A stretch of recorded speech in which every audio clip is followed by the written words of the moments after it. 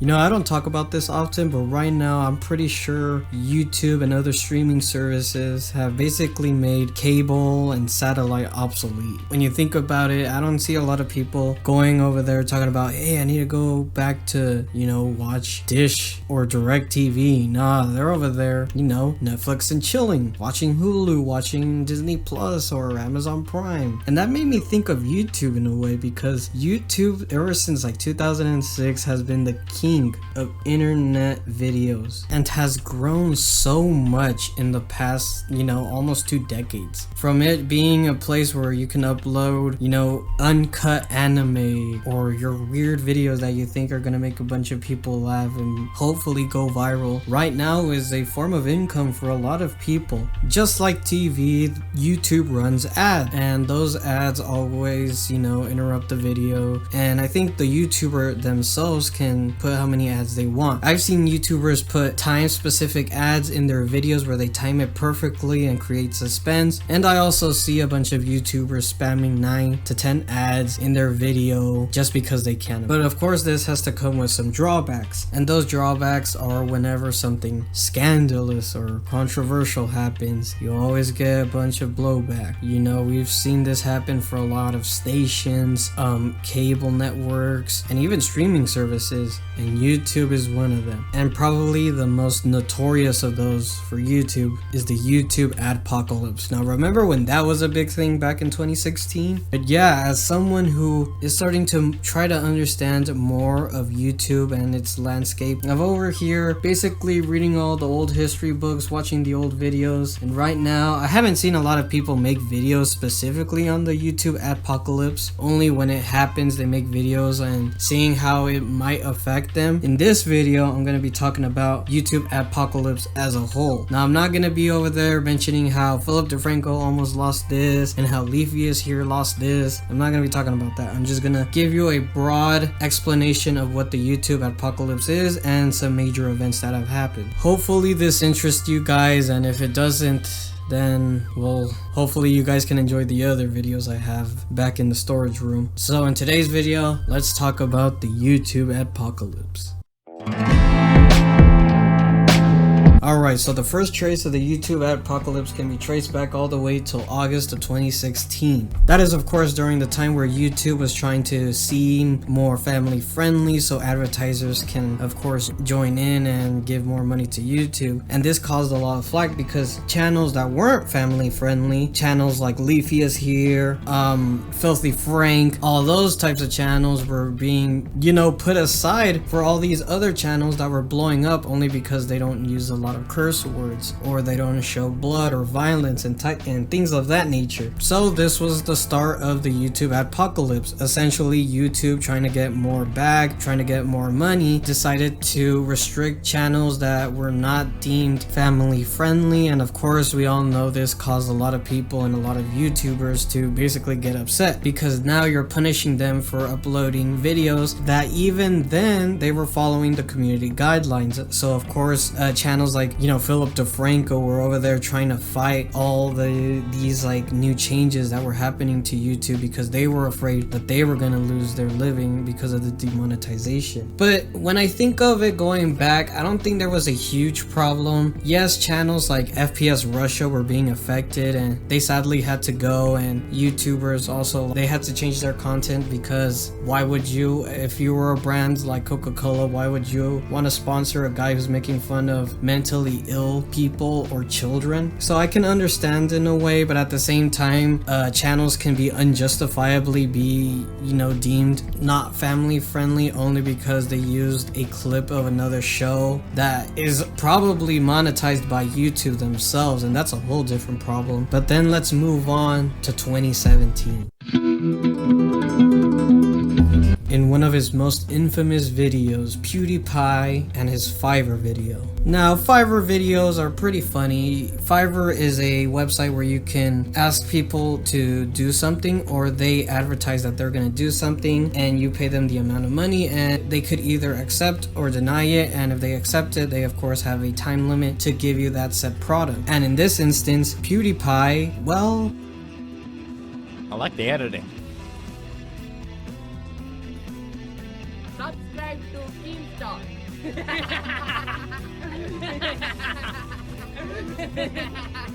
Yeah, you could see why that's the problem. So apparently in the media, a lot of people deemed PewDiePie a anti-Semite. Now, do I think PewDiePie is anti-Semitic? I don't think so. I feel like it was just an edgy joke gone wrong, and the media, as they always do, try to inflate things, and that's what happened. Because apparently advertisers like Coca-Cola, Johnson & Johnson, and other major brands pulled out from YouTube because of this. So this is one of those examples where YouTube, if deemed inappropriate, will demonetize your video. And because PewDiePie at the time was the most subscribed YouTuber, that just didn't reflect to PewDiePie, that reflected to the whole YouTube as a brand. So no wonder they had to pull that video. And of course PewDiePie, he did his apologies, and a lot of YouTubers like H3H3 came to his defense and say that he's not an anti-Semite, it was just a bad joke. But sadly, that won't be the last time we'll see of PewDiePie in this video.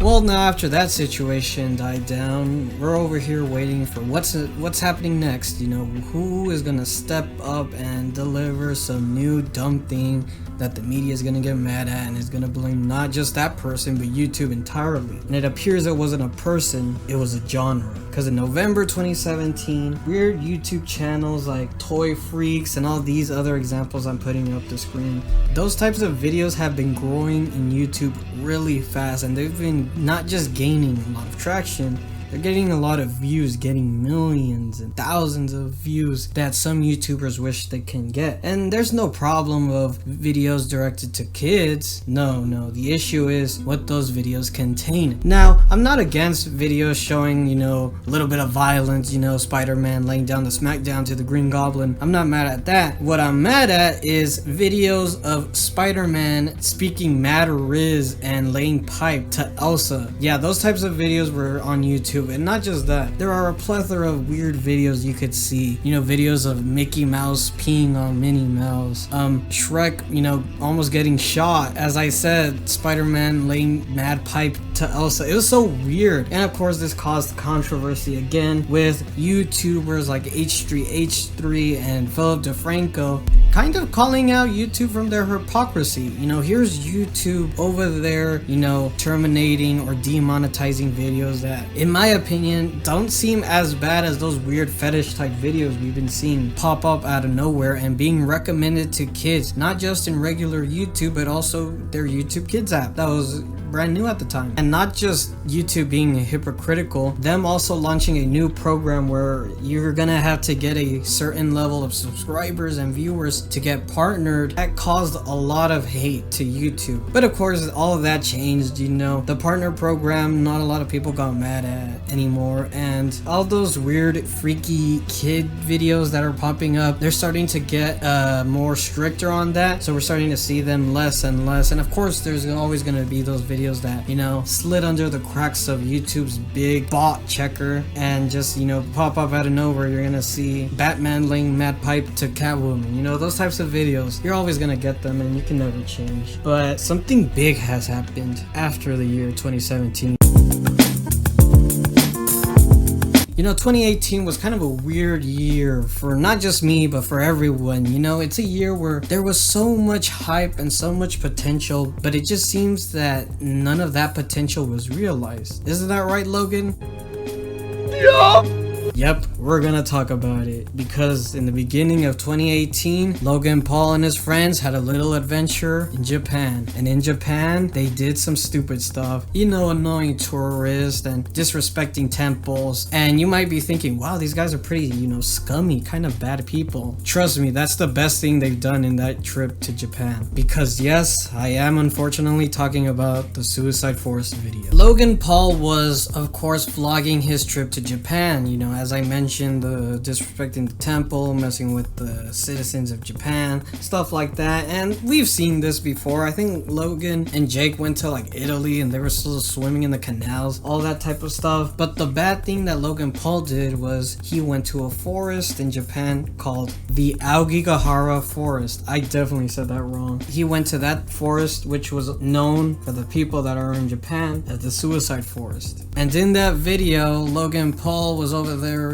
filming, holy shit, we're in this creepy forest. And there he sees a corpse hanged in the video. And Logan Paul's first reaction is laughing. Now, I'm not making fun of Logan Paul laughing because he was probably just stressed on seeing an actual corpse being hanged in a forest. And I'm pretty sure the first reaction he got was a nervous laugh. But the thing that, kind of irks me is that why did he post the video? It's not like he was streaming it live and he didn't notice that someone died. If there was that situation, then it was just bad. It was just a horrible coincidence. But he uploaded the video with the corpse itself. That was the major problem. And of course, the media got a hold of this and called not just YouTube a bad place where they condone these bad behaviors, but also a place where Logan Paul, a bad person, puts his videos. And I think even The Rock got mad at Logan Paul and he was like, I'm never doing anything with Logan Paul ever again. So I think The Rock, shout out to The Rock for keeping it real. No wonder he hasn't appeared at WrestleMania ever since Logan Paul has appeared in the WWE. But with that being said, Logan Paul, of course, he uploaded his infamous apology video. And yeah, we memed it and it is pretty hilarious. Even KSI memed it when they were over there hyping up their boxing matches. He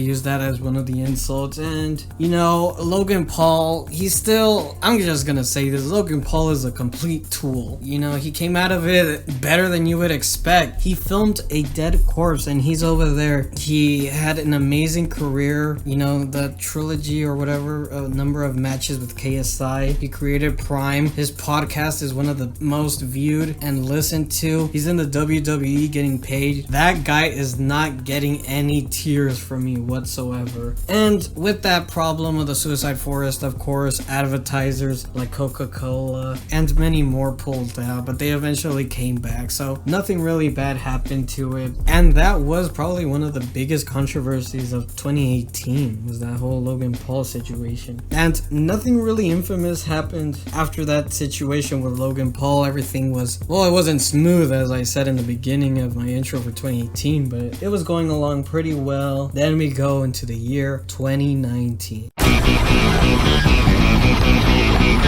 Ladies and gentlemen, allow me to tell you guys the most problematic year of all time. You think 2020 was bad because of COVID? Oh no. 2019 was so sick that you would think we were on COVID on the levels of sickness we were being shown on YouTube. So the first thing that happened in 2019 was on February 18th of 2019, a YouTuber by the name of Matt What It Is made his first video showing that the YouTube algorithm can be used as a place of where pedophiles and people uploading and exchanging all of these types of weird and sick videos that revolve around children. And of course, this video got a lot of people to get their pitchforks and start a riot, calling it a softcore pedophilia ring. Matt What It Is able to show you in his most infamous video a way where you can use the YouTube algorithm to go into weird videos revolving children. And the videos, they're not even weird themselves. When you look at the videos that Matt What It Is able to go on, there are a bunch of videos of,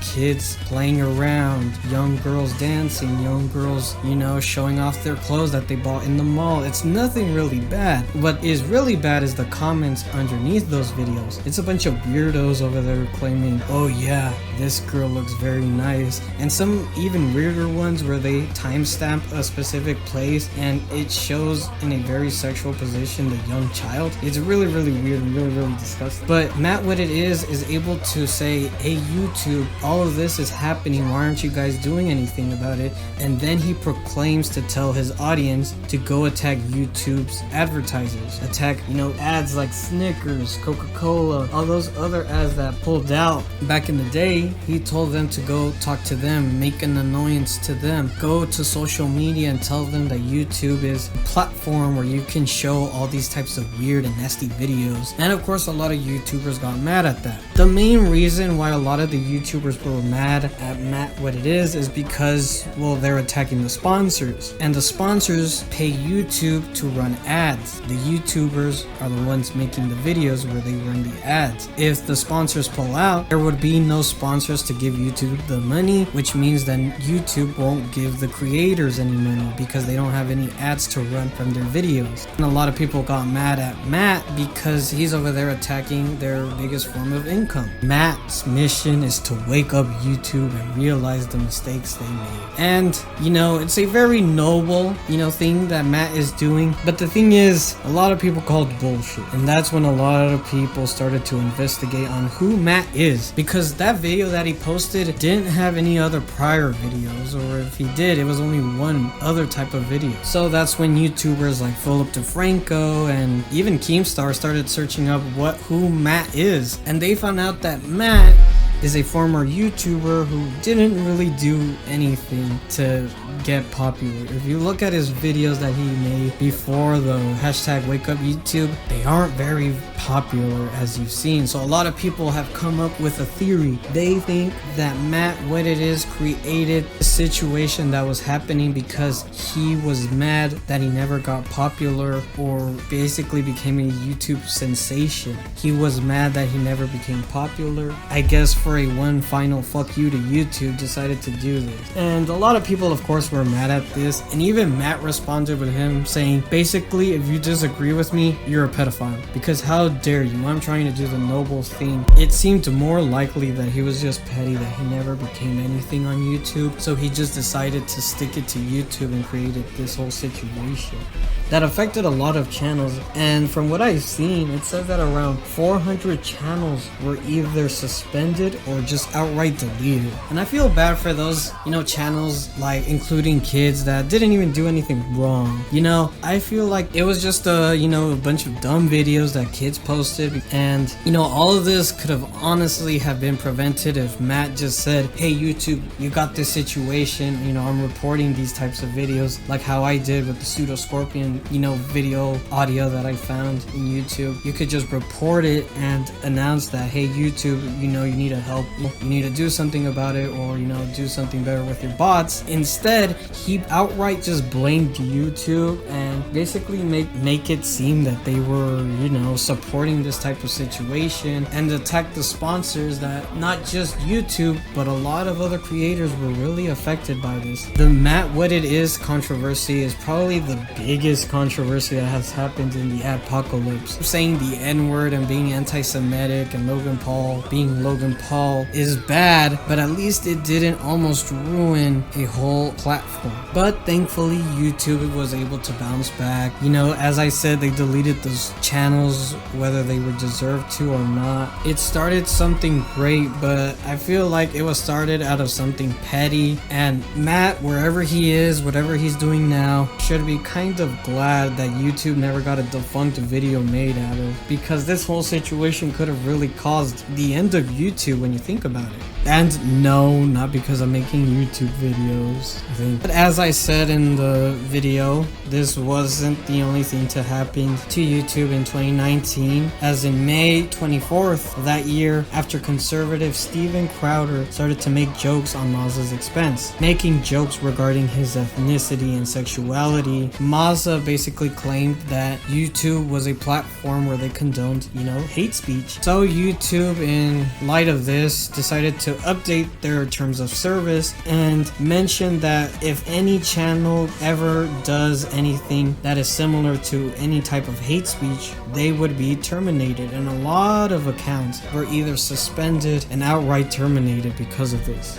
I am not going to be talking about anything political or anything like that. It's just something I don't really want to talk about, but a lot of channels were affected from this, and the majority of them were affected around December of 2019, where videos like the Content Cop on Leafy, the Gokunaro H3H3 video, I think a Fine Bros type of negative type of video was also deleted. Those types of videos were outright deleted, and this caused a conversation regarding what could be considered hate speech and what could be considered valid criticism. And you could honestly watch those types of videos from back in the day. I know Gokunaro has made a video explaining how he felt about his most famous video, the H3H3 critique video got deleted, and how he felt it was unfair of YouTube to do that, explaining how, YouTubers that are criminals like Onision are still being able to upload their videos or even be in this platform to begin with. It was just a whole conversation, but the reason why this was negative to YouTube in a whole was because a lot of YouTubers felt it was unfair that their videos were even being taken down or just outright deleted or being demonetized because of videos that at some point were considered fine, but right now are considered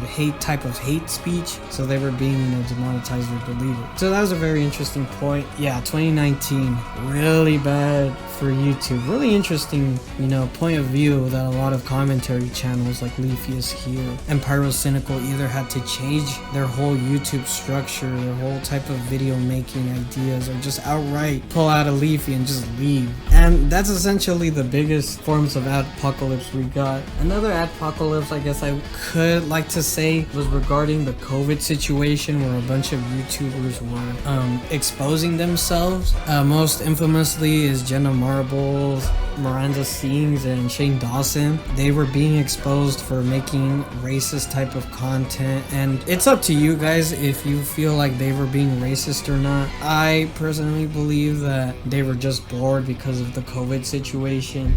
But that's really it for this video. I hope you guys enjoyed it. I'm sorry that I have not been uploading lately. It's been a very few interesting days and weeks that I've been having, and yeah, hopefully more video ideas can be made.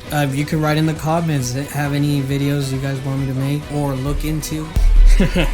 I don't really know what else to say, just follow the YouTube commandments, and yeah, see you guys.